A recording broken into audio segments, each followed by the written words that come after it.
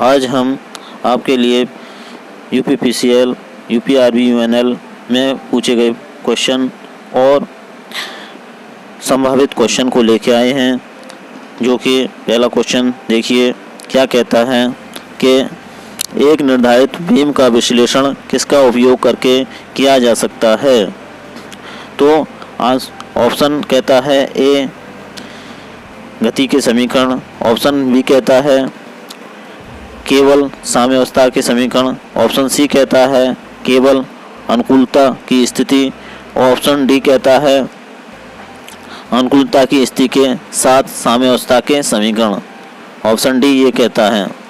तो इसका आंसर ठीक आंसर होगा ऑप्शन नंबर डी।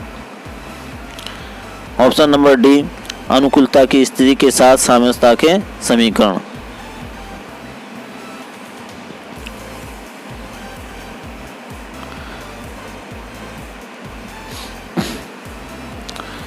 तो ऑप्शन नंबर डी सही है, अनुकूलता की स्थिति के साथ साम्यावस्था के समीकरण। चलिए आगे चलते हैं नंबर 2, क्वेश्चन नंबर 2 पे। क्वेश्चन नंबर 2 कहता है लचीले पात के लिए डैश में संपर्क दाब का वितरण समान होता है। डैश में संपर्क दाब का वितरण एक समान होता है। तो ऑप्शन नंबर ए मृदा के सभी प्रकार, ऑप्शन नंबर बी रेतीली मृदा, ऑप्शन नंबर डी सिल्टी मृदा, ऑप्शन नंबर डी क्ले युक्त मृदा। तो इसका सही आंसर होगा ऑप्शन नंबर ए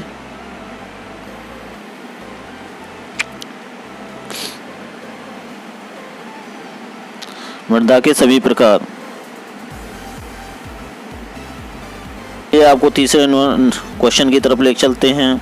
तीसरा क्वेश्चन क्या कहता है प्रकाश लेंटल को उसके शीर्ष तली पर मृदु इस्पात की प्लेटें प्रदान करके मजबूत बनाया जाता है कहलाता है। क्या कहलाता है? Option number A pitched lintel, option number B trough lintel, option number D mastic lintel, मोटिक लिंटल और ऑप्शन नंबर डी लेकर लिंटल। तो कौन सा सही होगा इसमें से? Option number A flitched lintel सही होगा।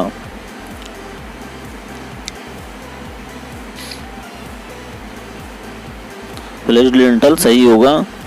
आगे चलते हैं अगले क्वेश्चन की तरफ।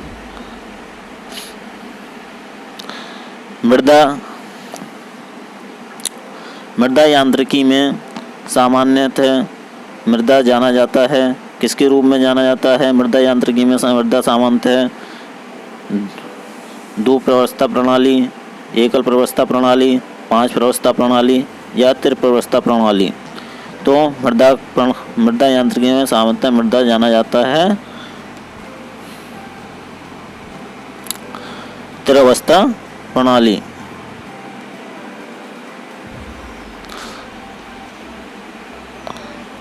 ऑप्शन नंबर डी त्रिअवस्था प्रणाली। चलिए आगे क्वेश्चन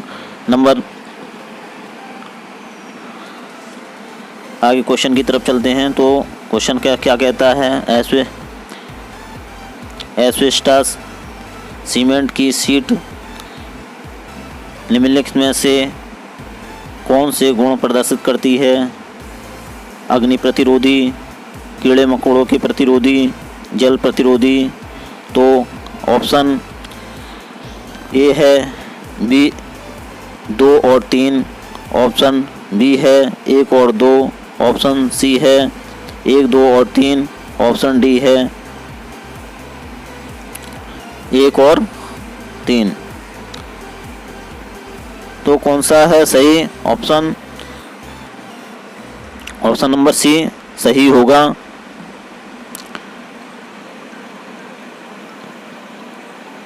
1, 2 और 3 अग्नि प्रतिरोधी भी है, कीड़े मकोड़ों के प्रतिरोधी भी है, जल प्रतिरोधी भी है। चलिए आगे क्वेश्चन की तरफ चलते हैं। अगला क्वेश्चन कहता है शिविरों के जलीय अभिकल्पन में यदि ऊपरी वृत्ताकार भाग का व्यास d है तो मानक अंडाकार खंड की कुल गहराई होगी। कुल गहराई क्या होगी? Option A d, option B 1.25 d और option C 1.5 d, option number D 2d। तो इसका सही आंसर होगा ऑप्शन नंबर सी 1.5 d। चलिए आगे क्वेश्चन की तरफ चलते हैं। आगे क्वेश्चन क्या कहता है? आगे कहता है क्वेश्चन समलंबाकार विधि में मिट्टी की खुदाई की आवश्यक मात्रा की गणना करने के लिए यह माना जाता है कि अनुप्रस्थ भाग का क्षेत्रफल डैश के रूप में बदलता है। तो किस रूप में बदलता है? ऑप्शन ए एक समान, ऑप्शन बी परवलयाकार, ऑप्शन सी रैखिक, ऑप्शन डी कुंडलित। तो ऑप्शन कौन सा सही है? Option C. ऑप्शन सी होगा लाइनियरली, रैखिक। चलिए आगे चलते हैं अगले क्वेश्चन की तरफ। तो अगला क्वेश्चन क्या कहता है? ये टायडून द्वारा पेल्टन टरबाइन के लिए निर्धारित किए गए ब्लेडों की अनुमानित संख्या कितनी होती है? तो Z बराबर 15 plus D upon 2D, Z बराबर 15 plus D 2 small d upon D, Z बराबर 20 plus capital D upon 2D, Z बराबर 20 plus capital D upon 2D।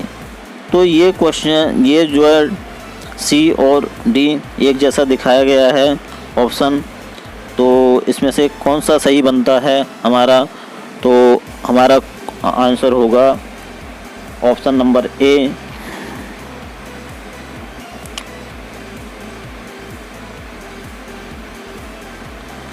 Z बराबर 15 plus capital D upon 2D। चलिए आगे क्वेश्चन की तरफ चलते हैं। अगला क्वेश्चन क्या कहता है? अगला क्वेश्चन कहता है कि निम्नलिखित में से कौन सा ठंडे उबाड़ द्वारा नम्य पेमेंट की विफलता का प्रमुख कारण है? निम्नलिखित में से कौन सा ठंडे उबाड़ द्वारा नम्य पेमेंट की विफलता का प्रमुख कारण है? तो कौन सा है? ऑप्शन नंबर ए भूजल की उपस्थिति, ऑप्शन नंबर बी अनुचित मिश्रण, ऑप्शन नंबर सी अनुचित आबंध, ऑप्शन नंबर डी भारी वहन। तो कौन सा है? तो इसका सही आंसर होगा ऑप्शन नंबर ए भूजल की उपस्थिति। चलिए आगे क्वेश्चन की तरफ चलते हैं। अगला क्वेश्चन क्या कहता है? अगला क्वेश्चन कहता है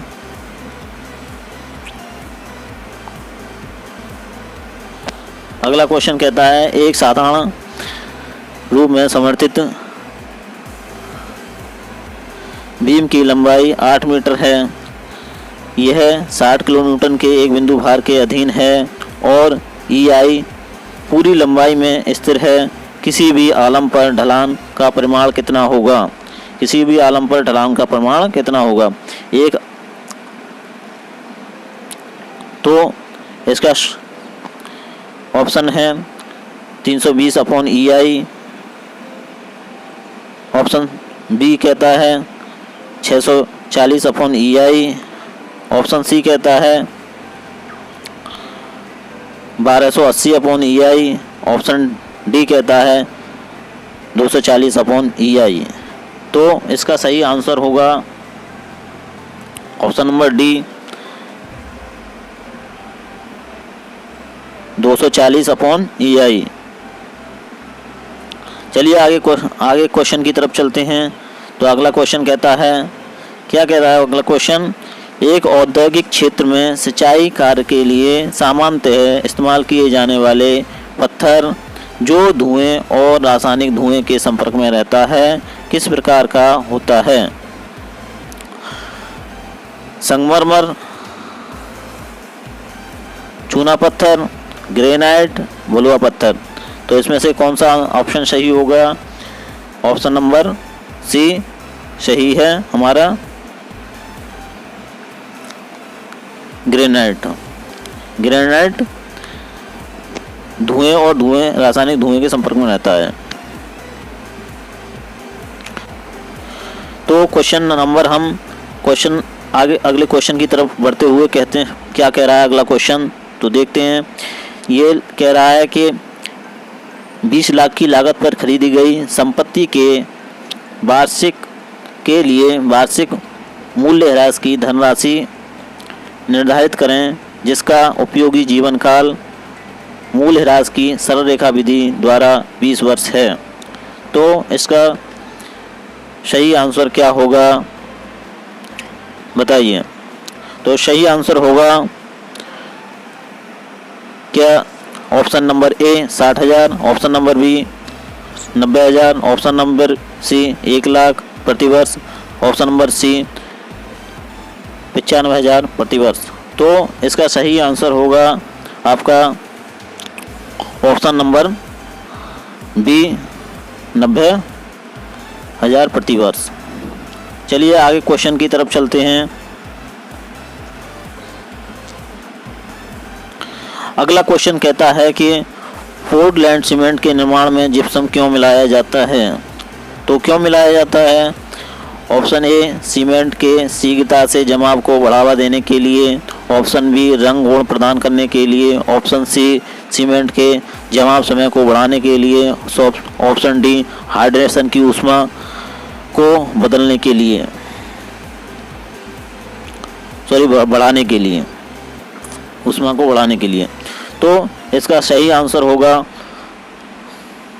ऑप्शन नंबर सी,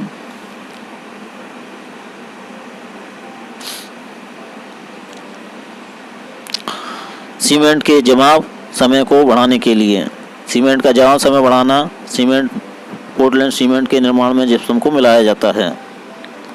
चलिए आगे क्वेश्चन की तरफ चलते हैं। अगला क्वेश्चन क्या कह रहा है? अगला क्वेश्चन कहता है, निम्नलिखित में से क्या एक भवन के लिए संभावित खर्चे आउटगोइंग नहीं हैं? ऑप्शन नंबर ए भवन का निस्तारण मूल्य, ऑप्शन नंबर बी भवन की मरम्मत, ऑप्शन नंबर सी भवन पर कर, ऑप्शन नंबर डी सुविधाओं को चलाने के लिए विद्युत शुल्क। तो इसका सही आंसर होगा ऑप्शन नंबर ए भवन का निस्तारण मूल्य।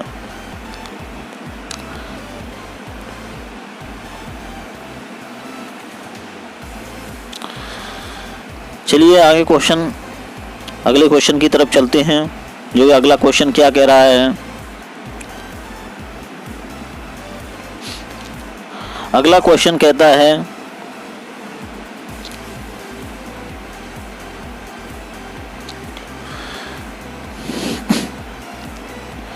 IS 456/2000 के अनुसार मृदु इस्पात के प्रबलन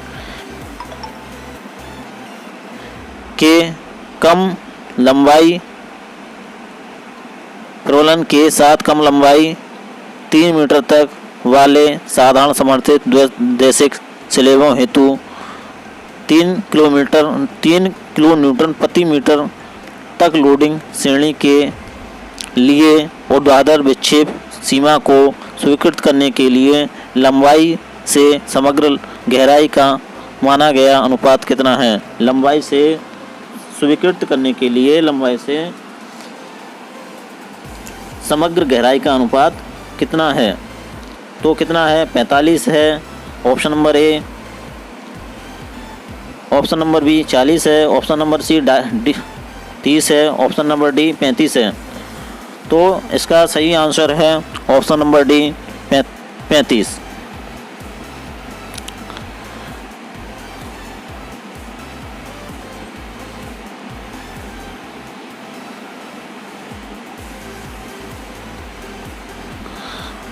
इसका सही आंसर है ऑप्शन नंबर डी 35। जो लंबाई से समग्र गहराई का अनुपात जो है 35 होता है। चलिए अगले क्वेश्चन की तरफ चलते हैं। अगला क्वेश्चन क्या कहता है,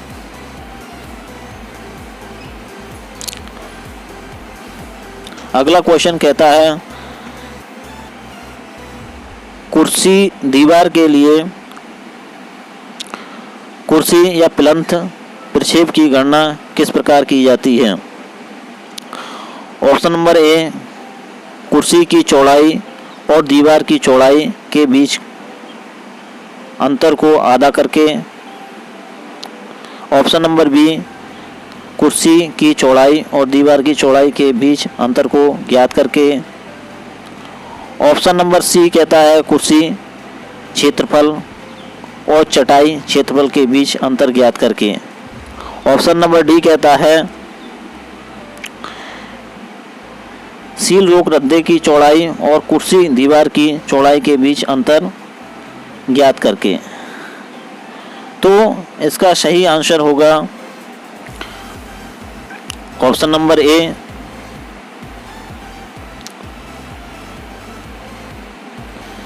कुर्सी की चौड़ाई और दीवार की चौड़ाई के बीच अंतर को ज्ञात करके, आधा करके।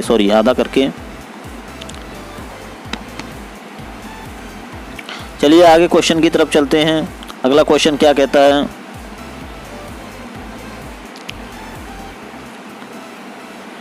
किस प्रकार की मृदा के लिए एक स्थलीय भू तकनीकी परीक्षण विधि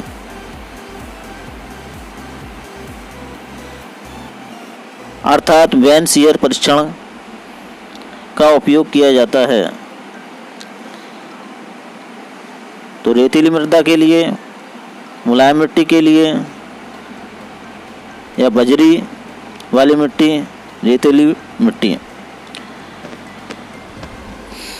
पहला है रेतीली गाद मिट्टी, दूसरा है मुलायम मिट्टी, तीसरा सी कहता है कि बजरी वाली मिट्टी, चौथा है रेतीली मिट्टी।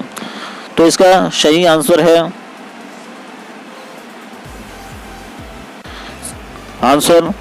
ऑप्शन नंबर बी, मुलायम मिट्टी। चलिए अगले क्वेश्चन की तरफ बढ़ते हैं। अगला क्वेश्चन क्या कह रहा है, ये संहनन प्रक्रिया के दौरान ऑप्शन नंबर ए संरचनात्मक जल निकलता है, ऑप्शन नंबर बी वायु निकलती है, ऑप्शन नंबर सी रंध्र जल निकलता है, ऑप्शन नंबर डी मृदा ठोस निकलते हैं। तो इसका सही आंसर होगा ऑप्शन नंबर बी, वायु निकलती है।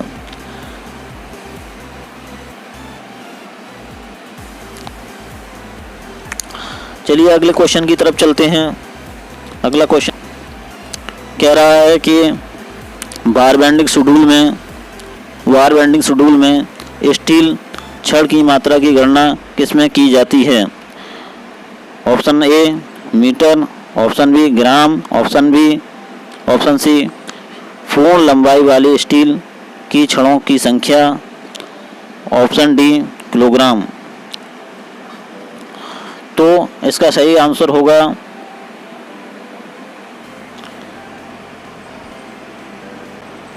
Option D kilogram.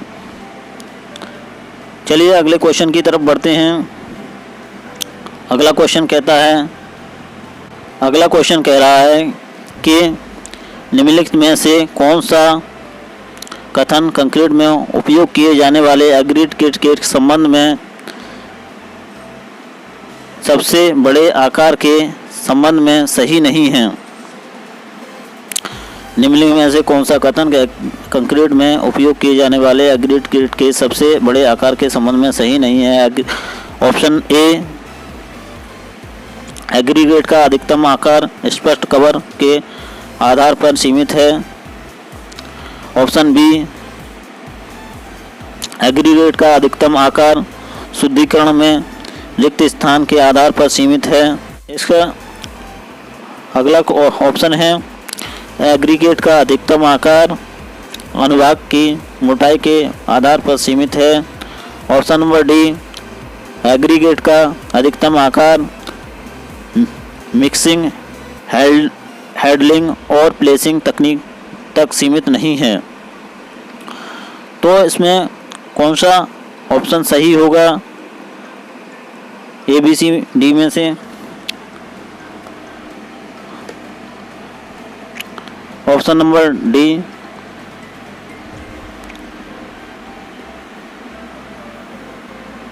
एग्रीगेट का अधिकतम आकार मिक्सिंग, हैंडलिंग और प्लेसिंग तकनीक द्वारा तक सीमित नहीं है।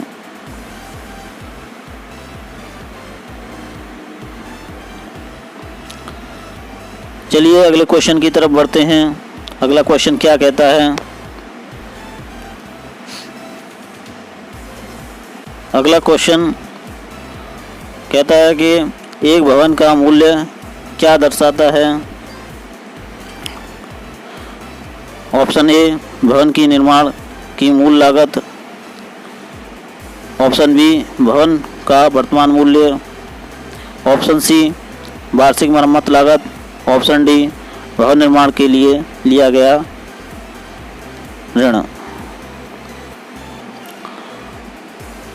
तो ऑप्शन नंबर बी हमारा सही होगा, भवन का वर्तमान मूल्य।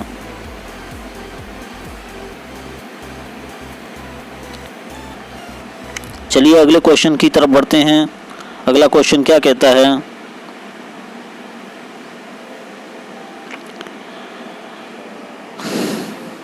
अगला क्वेश्चन कहता है, किसी हाइड्रोलिक टरबाइन में समतल वेन की जगह सक्रिय वेन का उपयोग करने का क्या कारण है?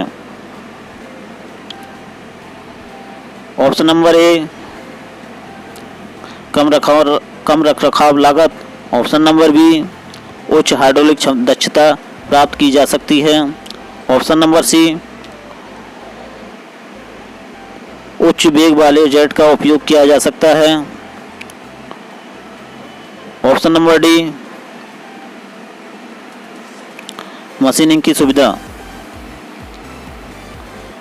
तो इसका सही आंसर होगा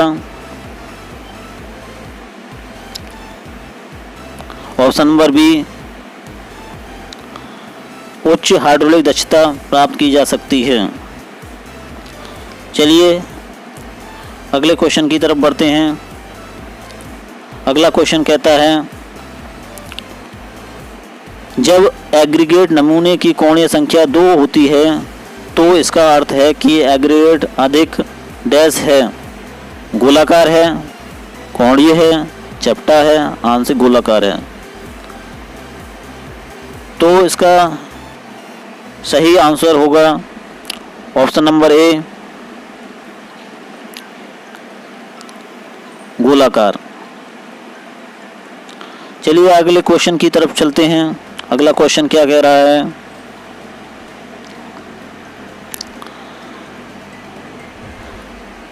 उस क्षण जब पानी को साधारण पोर्टलैंड सीमेंट में मिलाया जाता है और उस क्षण जब साधारण पोर्टलैंड सीमेंट पेस्ट पूरी तरह से अपनी सुगठितता को समाप्त कर देता है के बीच के समय कितने समय से अधिक नहीं होना चाहिए? अब इसमें ऑप्शन नंबर ए दिया है 600 मिनट, ऑप्शन नंबर बी दिया है 800 मिनट, ऑप्शन नंबर सी दिया है 700 मिनट, ऑप्शन नंबर डी दिया है 500 मिनट। तो इसका सही आंसर होगा ऑप्शन नंबर ए, 600 मिनट।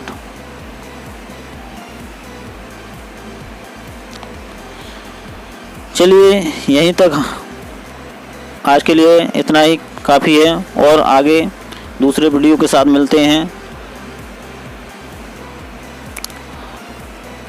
जय हिंद, जय भारत।